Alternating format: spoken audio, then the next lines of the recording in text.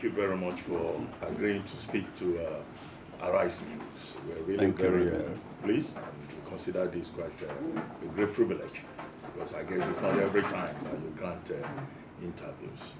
Now, let's start with the Boko Haram war. Where are we with the war against Boko Haram and terrorists? And why does it appear so difficult to be able to technically defeat or decimate Boko Haram and ISWAP? Thank you, Ruben. Where are we? The fight against Boko Haram, why is it technically difficult to defeat? Well, this question is it's a complex question in the sense that you had the pronouncement of the technical defeat of the Boko Haram. But where are we? Before we know where we are now, we must know where we were, before this state, before the present situation. Let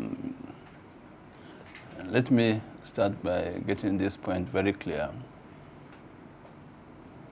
As of 2015, and up to the time the Multinational Joint Task Force was established, and when the operation of the Multinational Joint Task Force started to contain the insurgency against the Boko Haram terrorists, at that point, the sovereignty and territorial integrity of Nigeria was at stake. This is within the background of the concept of operation of the Multinational Joint Task Force.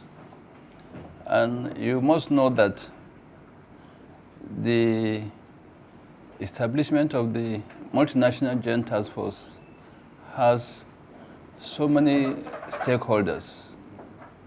Within the Lake Chad Basin Commission, if you start at that point, countries, talking of Chad, Niger, Cameroon, Nigeria, and later on the Republic of Benin also joined. Then the African Union also has interest. European Union have interest. Other European countries like France, Britain, United States of America also have interest to contain the menace as they foresee it to be detrimental to their interests within the sub-region. And at that point, the conceptualization of the MNJTF concept of operation envisaged that a peacekeeping force was to be established and deployed within the Nigerian territory. And me and you know very well, once an intervention force is put in place, then be rest assured your territorial integrity, your sovereignty has been infringed upon. And that was the idea. Specifically, the Multinational Joint Task Force had three initially main sectors.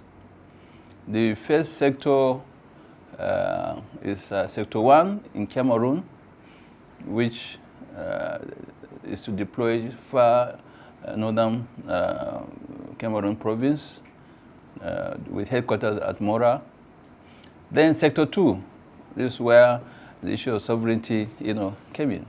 And Chad was deployed in the northern part of Nigeria with Dikwa up to the stretch of Gamborungala, Marte, and some part of Bama, and up to Goza. They were to be under the Chadian troops that to deploy there. And then Sector 3, which is Nigeria, with headquarters at Baga, to be stationed in that place in conjunction with Nigerian troops, that is the troops from the Niger Republic. And they are to operate there with the mandate to defeat the Boko Haram terrorists, to rescue the abducted persons, including the Chibok girls, and also to facilitate humanitarian activities, to equally get the restoration of law and order by bringing back the civil administration in those areas. That's the key mandate of the MNJTF. So the point is, at what point, did this thing change? I was privileged to command the MNJTF, and I have the concept of operation at my fingertips. And I realized the dangers of having an intervention force deployed in one's territory.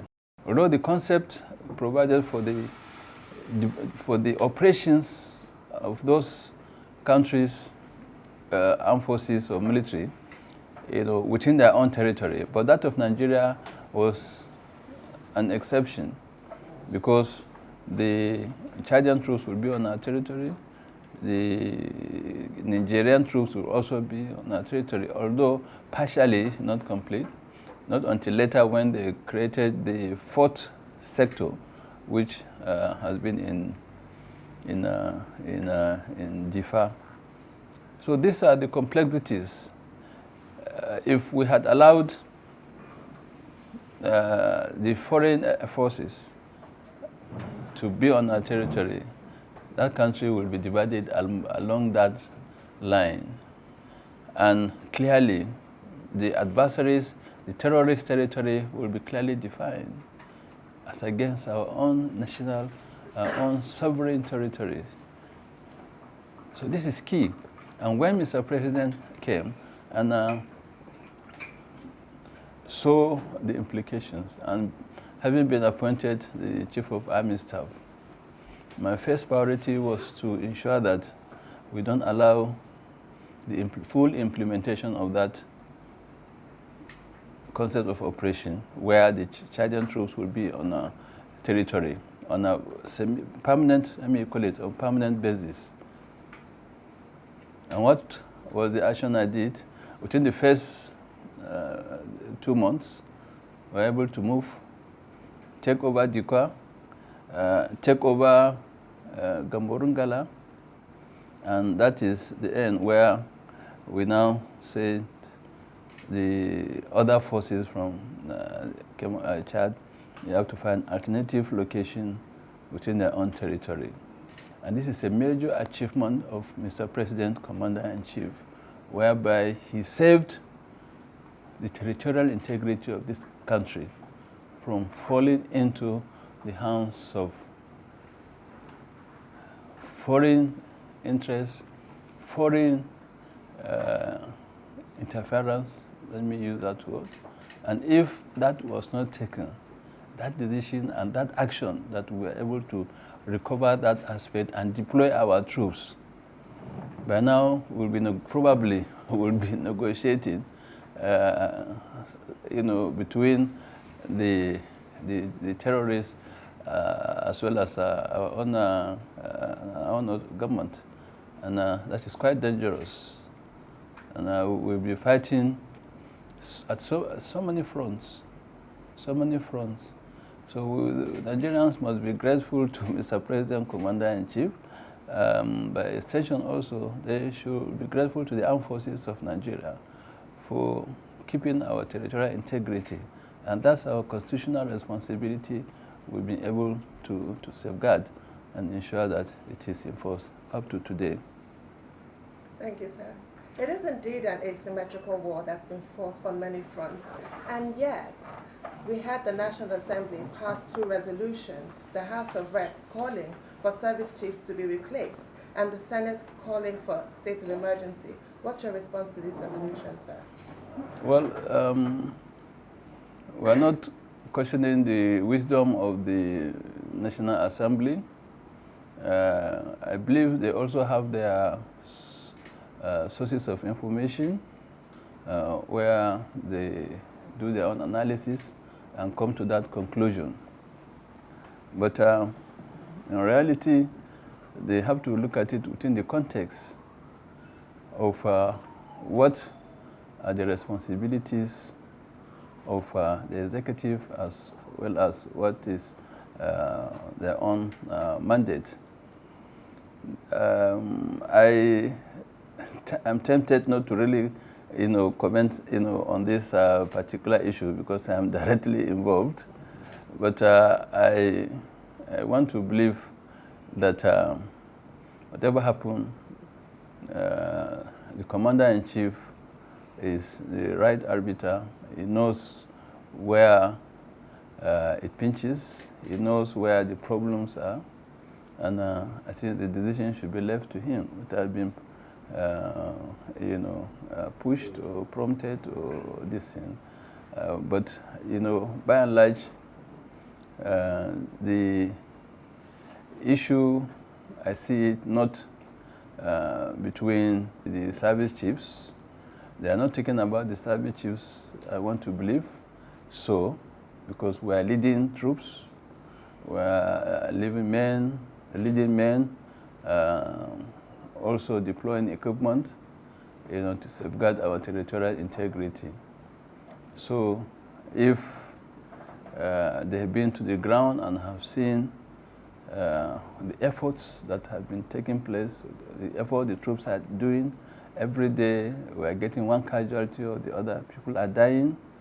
I think they should look at what role have they played to resolve the issue, because it's not just a military action.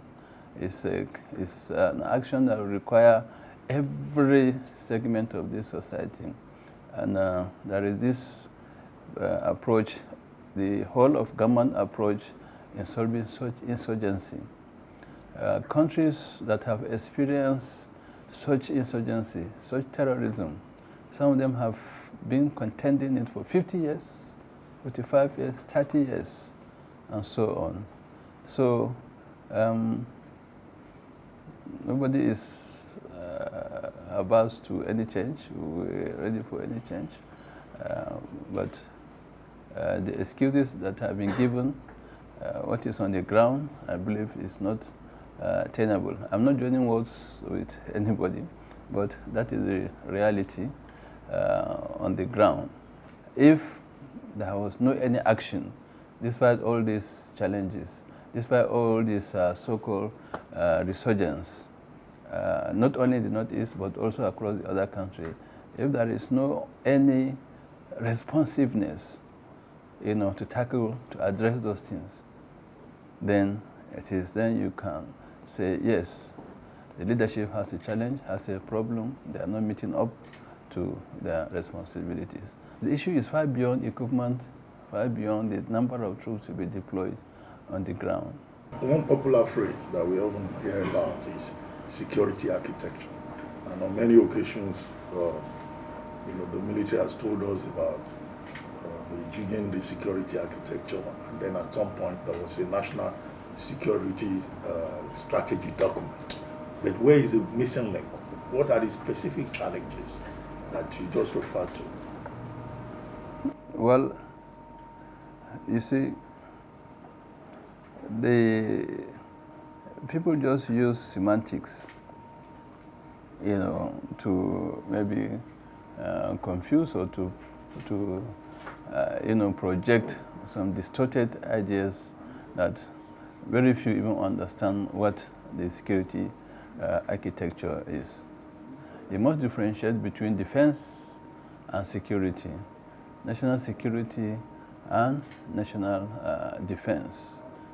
These two things, although they are interrelated, but there are distinct roles that you have to, identify. Security, which can be seen as the umbrella body, as being defined in different sectors. The issue of internal security, this is our main contention. Internal security, who is responsible for internal security? It's the civil police. It's not the military. It's not the army, it's not the air force, it's not the navy. So when you talk of internal security, entirely is the responsibility of the civil police. The military comes in at a point where the civil police is overwhelmed. And this is what we are doing. It is not our primary responsibility. So if you lump the security architecture to include the defense sector, you are making a very big mistake. So let us see it in this perspective. If we say, why is it so that every aspect, even in elections, you see the military being, called out? This is entirely a civil authority responsibility. The police should handle that. But you and me know the complications, the intricacies, the schemings and so on, that the institution of the military or the military institution is, still, hold its heads very high in terms of integrity, in terms of professionalism. And we do ensure that we are not distracted. But that does not say there are, few deviations. That one is natural in every society and every institution. But 99%, I tell you, the Nigerian military is professional, is up to its own responsibilities, is carrying out its assigned tasks as enshrined in the Constitution. And anytime we come in to support the civil authority, we do it professionally. The overall point is that we are not resting on our oars. We are working day and night. This should be appreciated. We are working day and night. I'm telling you, if we are to adopt what other agencies, including civil agencies and the other security agencies, the way they conduct their operations, I'm telling you, nobody will even talk of service chiefs or the military. Everybody will be finding a way to escape, to secure himself. But we are there, we are doing our best, and that's why some individuals find time to even talk and condemn, to some extent, what people are sacrificing their lives in the field and trying to keep the country one. If I go back to the national integrity, which foreign countries are behind the insurgency? And have they penetrated such that we're in trouble? There was a report the other day about Turkey arming the insurgents and other countries. So are they making your job more difficult? And how do you stem that? Well, when you talk of the international dimension, it's complex. You must have concrete evidence against any country or any group of individuals, either local or international, before you come out categorically to say this. But even if you have all the facts, there are diplomatic approaches that should be followed.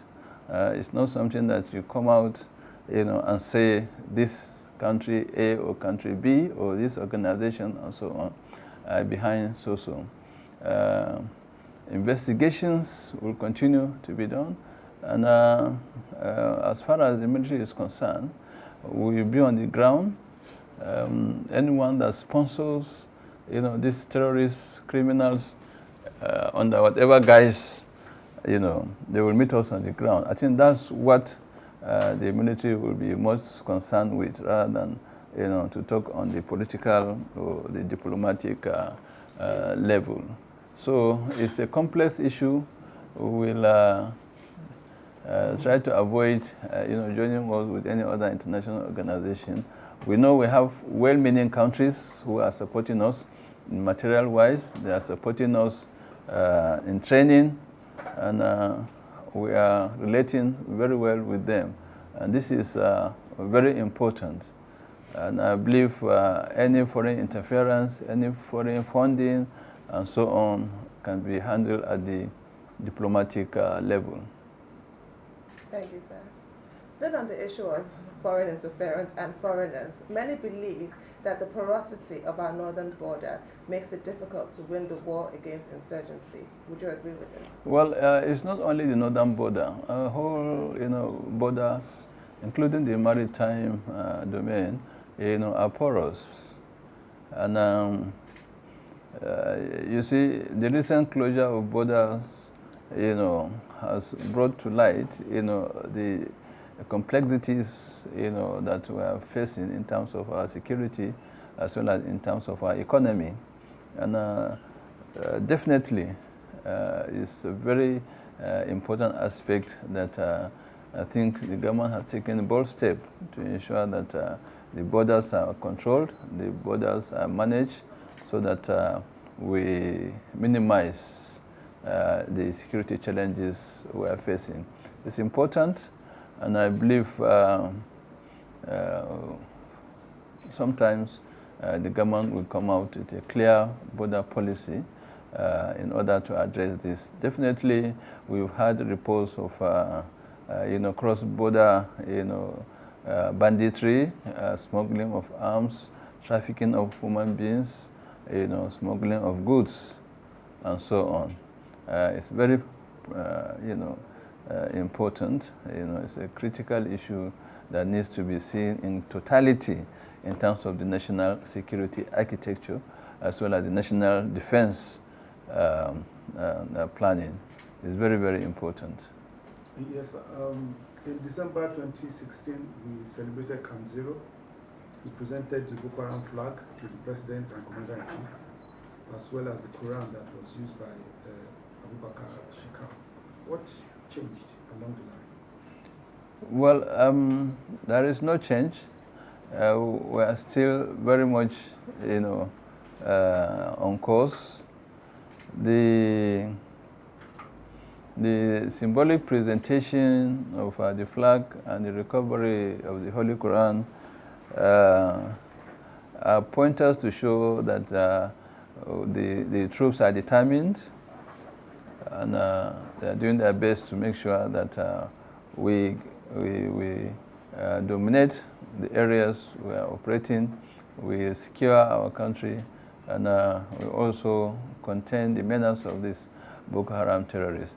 Tactics, operational art is not it's not a straitjacketed approach that you hit one place and then you call it off. That is the end.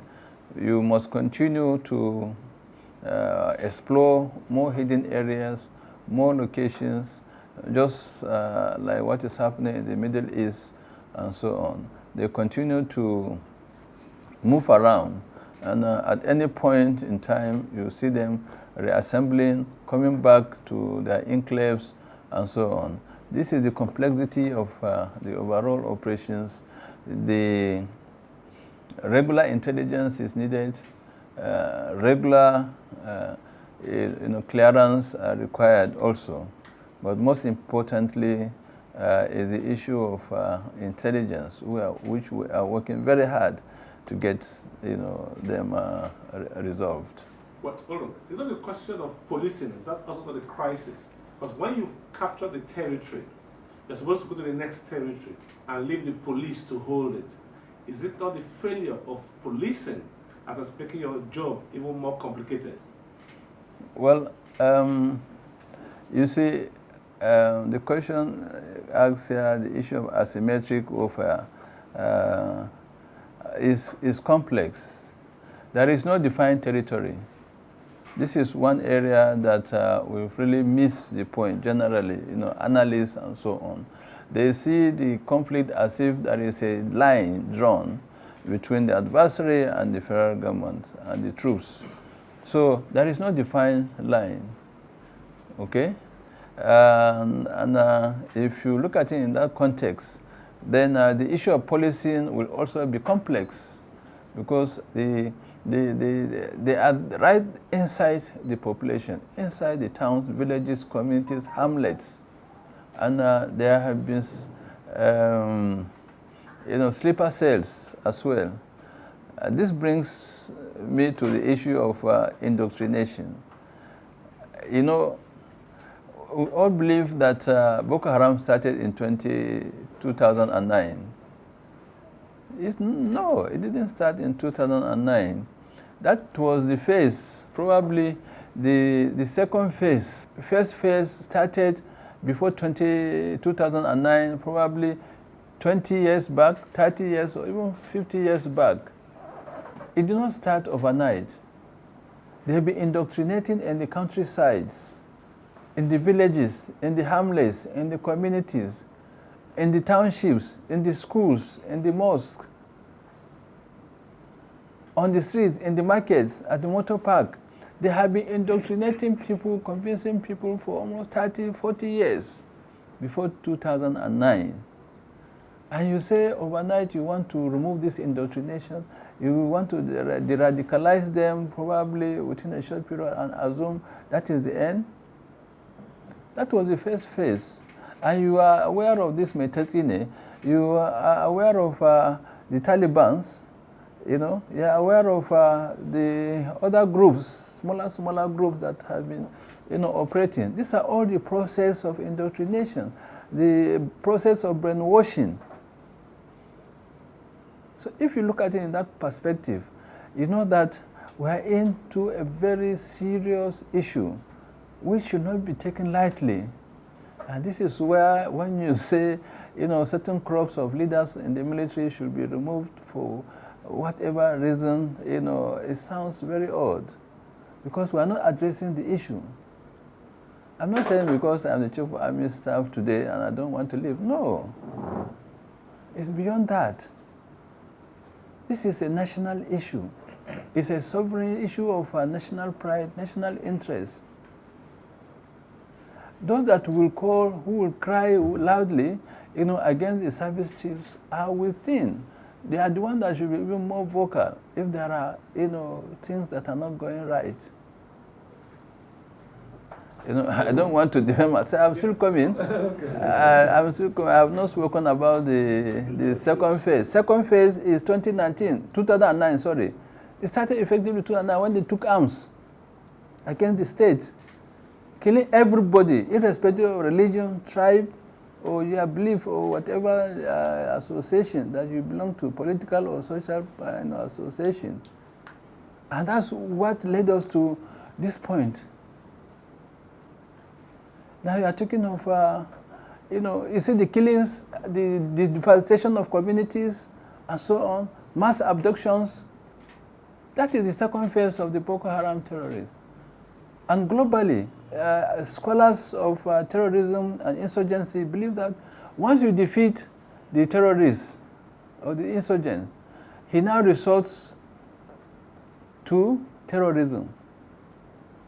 Now targeting soft targets, carrying out bombings, suicide attacks, and so on. That is the weakest part of the terrorist act, or the insurgency now you call it. So when you relate it and say that how will, you know, why is this thing still lingering on?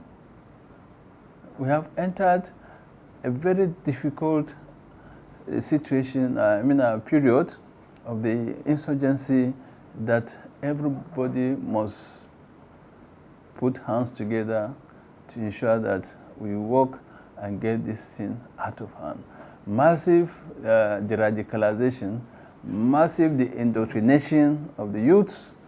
Otherwise, they will still continue to do that, and will continue to have recruiters, you know, to recruit youths to join their folds. And as such, we have to, you know, look at it holistically. It's not the responsibility of the military alone.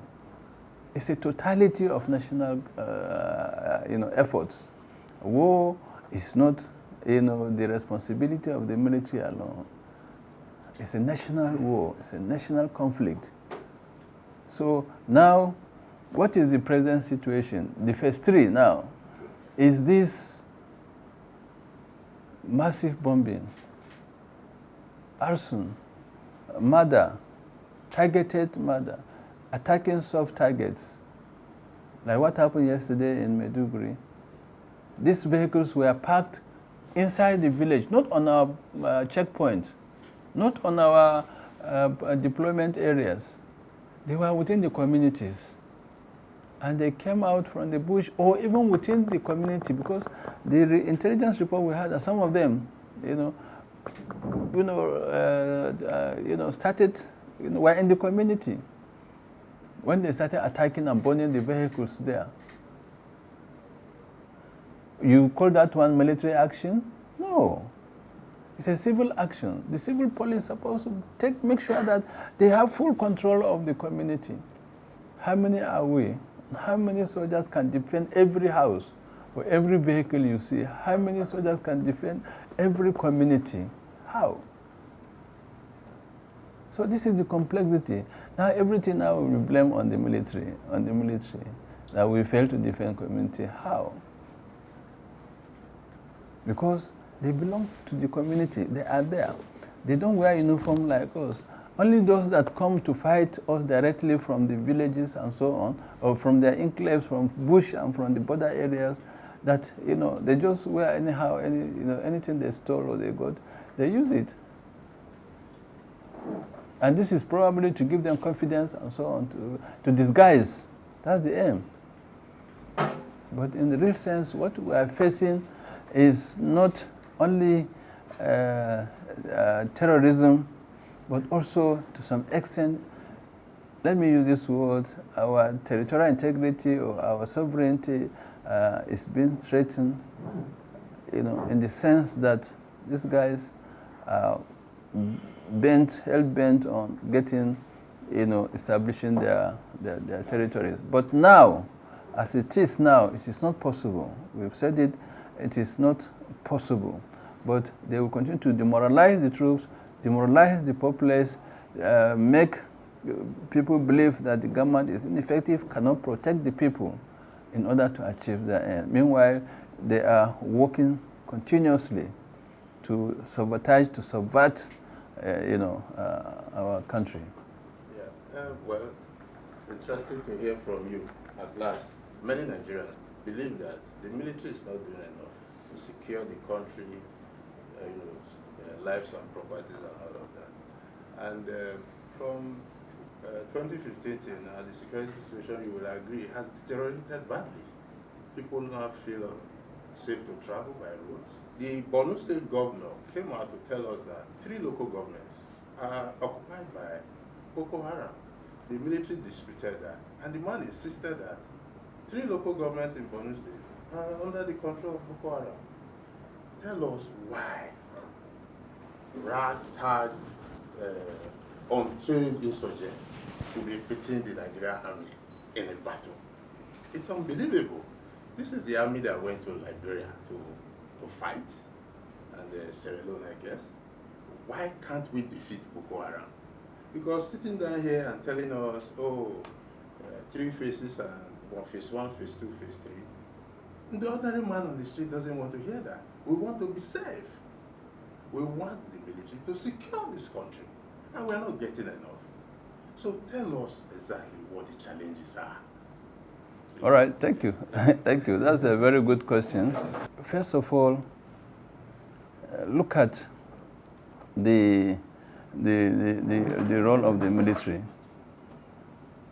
Say we have to secure the country. We have to defend the country. People are being killed, abducted, and so on. There is insecurity, and so on. And it is heaped, I mentioned it here, it's being heaped on the military. That is the wrong, the wrong direction. It's the wrong direction. Okay? If everything is heaped on the military, it's the wrong direction. It's the wrong institution. I said it. If you look at the Constitution, Section 217, 1, 2, 3, to 4, they are all our priorities. The first priority is to defend our country from external aggression, which Have we gotten any external aggression from any other country or any other force? Are we not doing it? Our deployment covers everywhere. Now, the issue of protecting our sovereignty from violation, okay? Are we not doing it? This is our constitutional responsibility. And the last one, which is coming to end of civil authority. This is where this is the last of our priorities. The last of our priorities. And only when called out to end the civil authority. And this is what we are doing.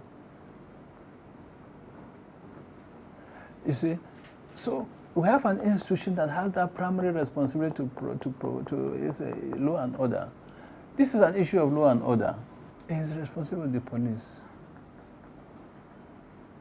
Well, and I'm telling you what we did to support the police. If we've not come out from 2015 to date, you would not even dream of coming here. Every week, if we give you our report of activities going on, our effort to support the civil authority is so much. Recovery of arms, ammunition, rescue of abducted persons, and so on. These are all police responsibilities. We are doing everything to this thing. This thing has to do, as I said, comprehensive approach. It is not only the force that you use. What of the non-kinetic approach? Development. Okay? Several places don't have roads. Several places don't have schools. There is low level of education and high illiteracy. These are what breed, this insecurity and criminality. Now, coming to the Northeast, 3 local governments. Related to this issue of development, I'm telling you, you see, if I talk at times, they will say as if I'm antagonistic to certain administrations or certain state authorities. You know those 3 local governments we are talking of? There is no local government that we don't have troops deployed in those local government headquarters. There is no local government that is, well, let me tell you, about 3 or 4 local governments, you cannot access them by road, third road, even lateral road. A certain period of the year when it rains, that local government is locked. You can't move in, you can't go out. Either you paddle or you either stay back. That's why I talk of comprehensive approach. It's not all of government approach. So if somebody cannot go to that local government and he says that it's under Boko Haram, he has not even gone there to see who is there, what is doing. There is no local government in Borno State that we don't have our troops there. If we don't have troops there, we visit there on patrol on daily basis. Is it Marte? Is it Guzumala? Or is it Abadam? Or is it Kalabalge? Okay? Several roads, several communities, large communities, you can't go there because it's inaccessible. So who do you blame for that? Most of those facilities in those local governments when the Boko Haram were there, they destroyed them. Any effort to rehabilitate them to make sure the people go back? So many local governments, 2017, we deliberately moved to all the local government and we said, let all the people go back. They started moving, they were happy, people moving there. But there was no corresponding developmental efforts to restore those facilities, infrastructure for people to go back and do their normal businesses. How can they stand? Do you go to local government when there is nobody? It's not that we're not even there, but we are there.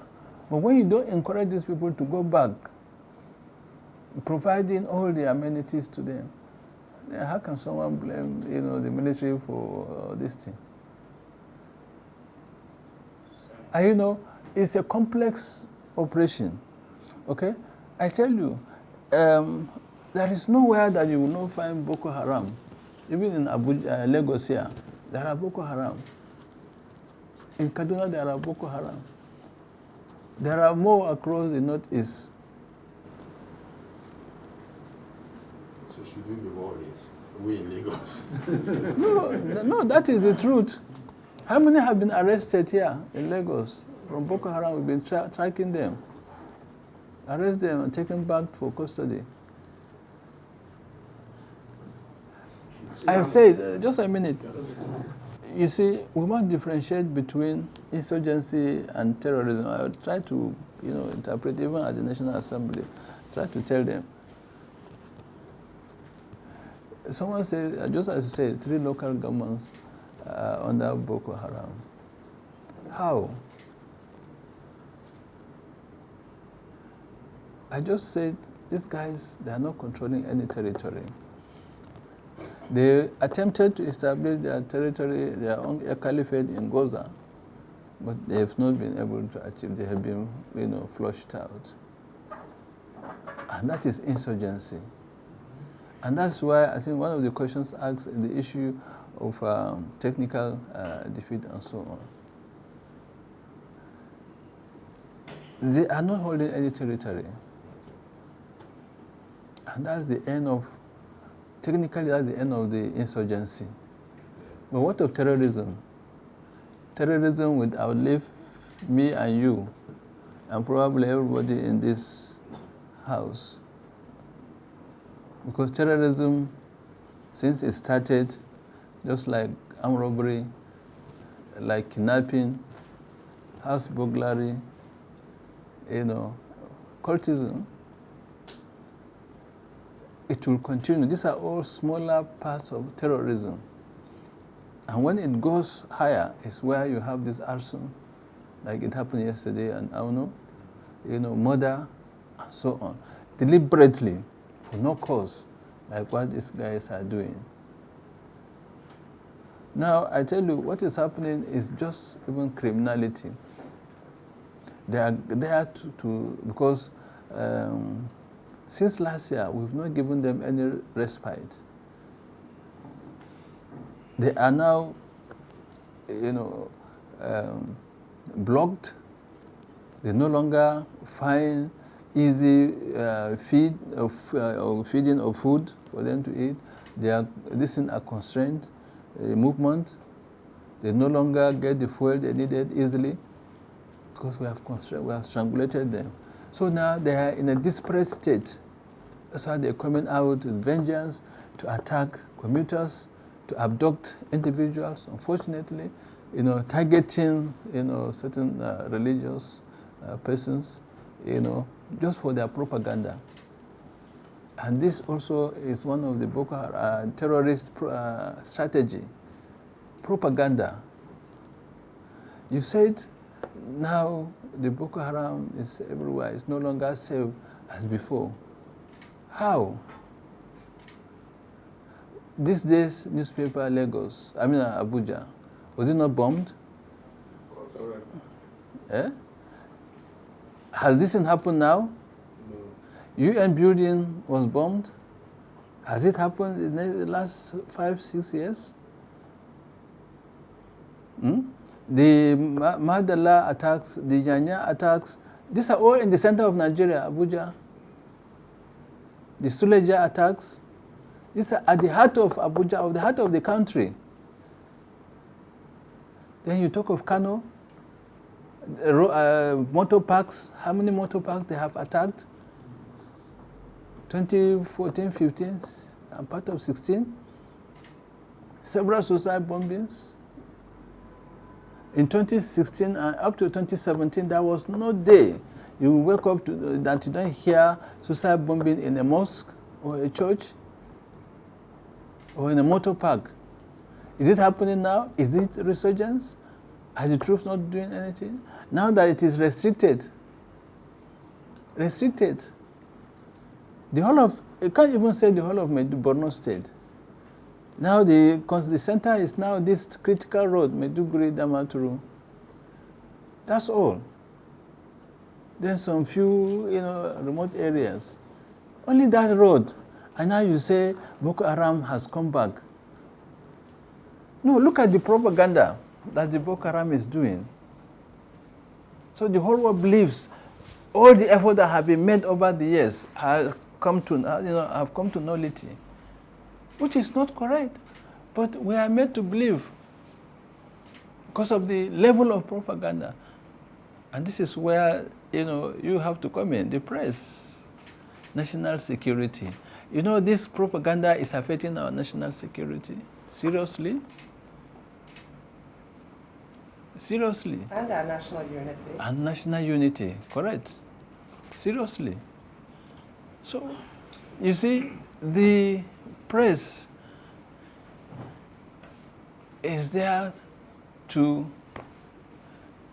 inform, educate, and entertain. The military will make sure that we interact to inform, also to educate through this interaction. And we can also entertain, you as well.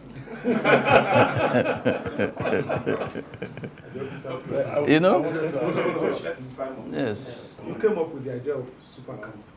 How effective has it been in the operations? No, thank you, Simon. Introduction of the super camp. What is this super camp? It's just a concept. Because they had super camp, they felt we will concentrate everybody in one place and only defend that place without moving out. This is a very faulty misconception. It's a faulty conception of the idea. I mean, what they are thinking of. That super camp is meant to harness all our resources and to be targeting locations, to be blocking, locations, to project force to where the threats are coming from. And we dominate the whole of the theater of operation.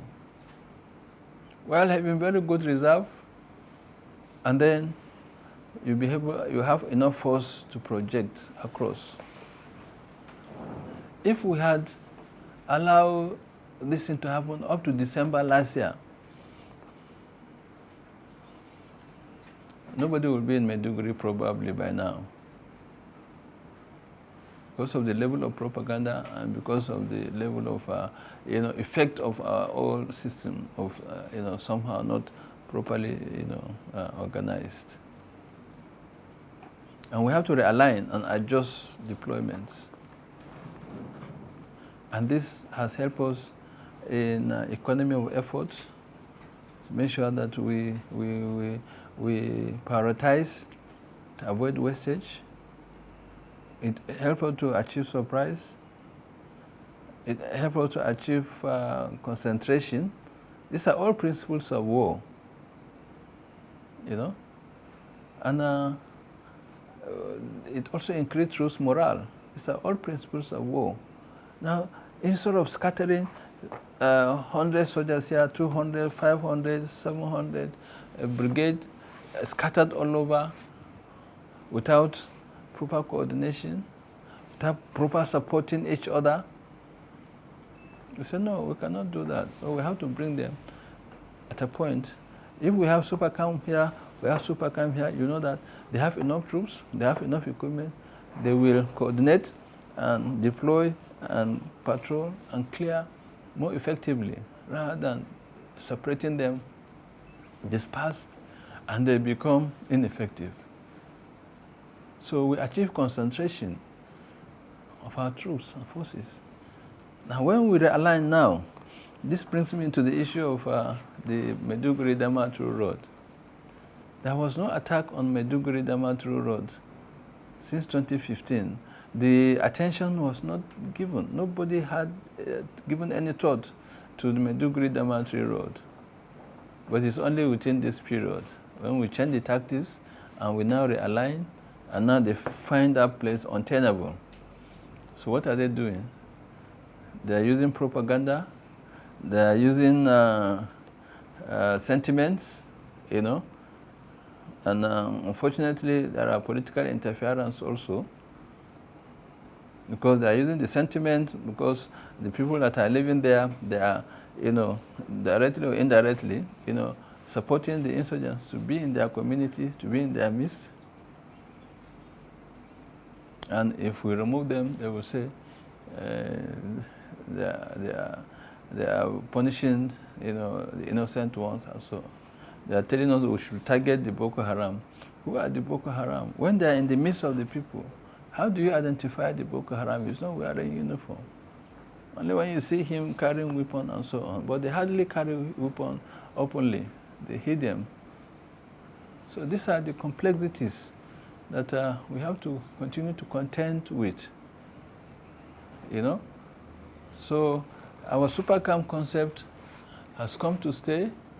It's born out of our experiences, born out of the challenges we had, and it has come to stay and to be the most effective in the present circumstances. If we experience it, I mean, with the practice, with the execution of this concept, along the line, if there are gaps, we'll adjust, we'll redeploy, and you know, amend.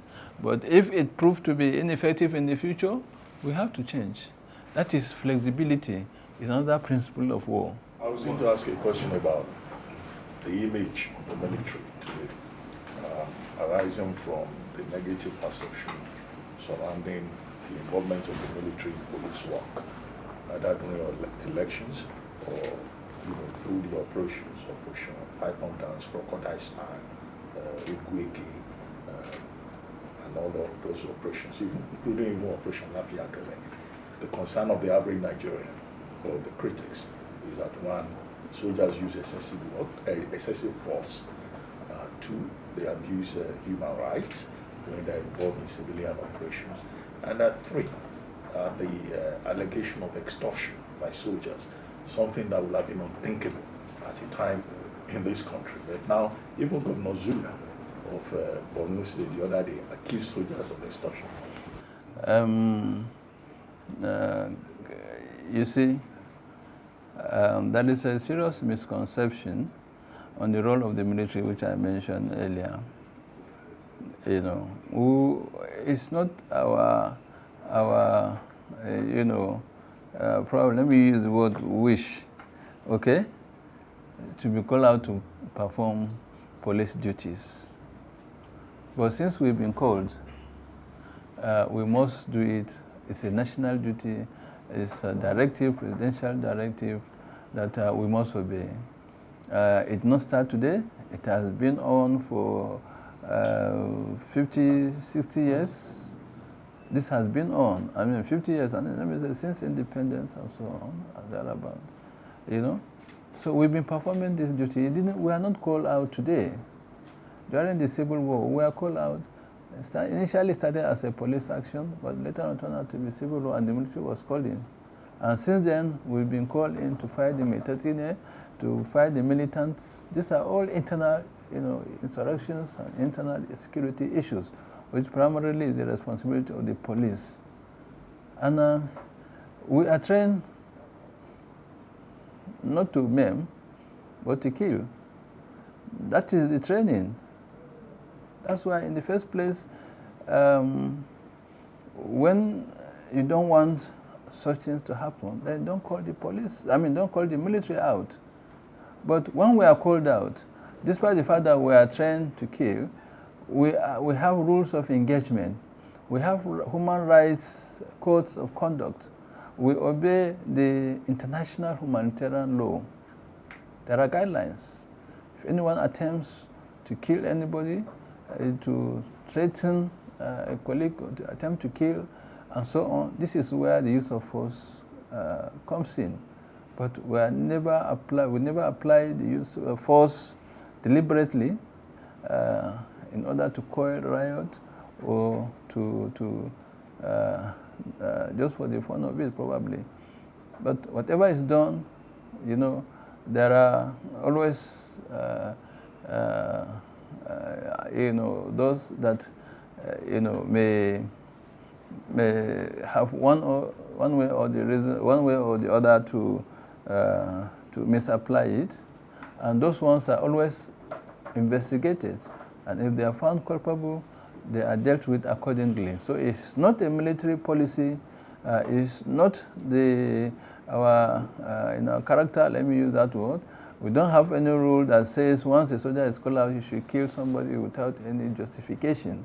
So this is very clear. While we are trained to use force, we are also trained to protect human beings, to protect life and property, to apply the fundamental principles of human rights as enshrined in our Constitution. The issue of extortion is unfortunate that things of this happens. And these are isolated cases. We have over 100,000 troops. And if 1 or 2 or 3 have this, it's not a policy of the army that extortions are carried out, or I mean, we tell soldiers to extort. No, these are exceptions. And unfortunately also the society, the individuals, those commit those roads and so on, they are not helping matters. Several places we've warned, there are written, you know, warning clear that do not give you know, any bribe or do not give any inducement to soldiers. They are paid, they have their allowances and so on. So anyone that attempts to do that, or whoever does that, is doing it and he is committing a crime. So it is not our policy, it is not a directive, and anyone that has been caught doing that will be dealt with according to the military justice system. So it's something that we all know that those are exceptions, and there is always need for caution rather than going generalized. It's good to be specific and don't malign an institution, a highly respected institution, an institution that is there, you know, for the people, for the government, for you know, law and order. And by the time you denigrate that institution, it's not well, it's not good for the country. What word of comfort do you have for the Nigerian people in this battle against insurgency? Your final words. Thank you very much, Nduka. You know, the insurgency that we've been having in our country, which I now call it terrorism, is not the insurgency in its real sense, because it was the insurgency that brought it. We generally term it as insurgency. But what we are having now is terrorism. And I call on Nigerians to really understand the critical situation that is happening within the Northeast especially, and across our country. We are making every effort to contain this insurgency. We are developing technical capacity. We are developing the human capacity also to deal with this in collaboration with all other security agencies. It's not the army that will do it alone. It's not the armed forces, but everybody, the other security agencies, and every Nigerian has a role to play. And I'm happy that the issue of community policing is coming on board by the Nigerian police. Everybody should cooperate, you know, to ensure that the new policing, community policing, you know, succeeds. That's the best way we can, you know, secure our country. And getting information, passing it rightly. Like the Army, we have our platform, both on Instagram, email, short messaging system, as well as short code telephone calls for free, are there to lay complaint on any human rights abuse, any crime, and so on and so forth. We are ready to respond and deal with such violations appropriately. We want to thank Nigerians enormously for their continued support. The Army especially is here to protect our territorial integrity, to defend our country from external aggression, and be rest assured we will not allow anything to affect this very important, and I always call it a sacred responsibility that we've been ordained through our Constitution by the grace of God, that we will abide by it.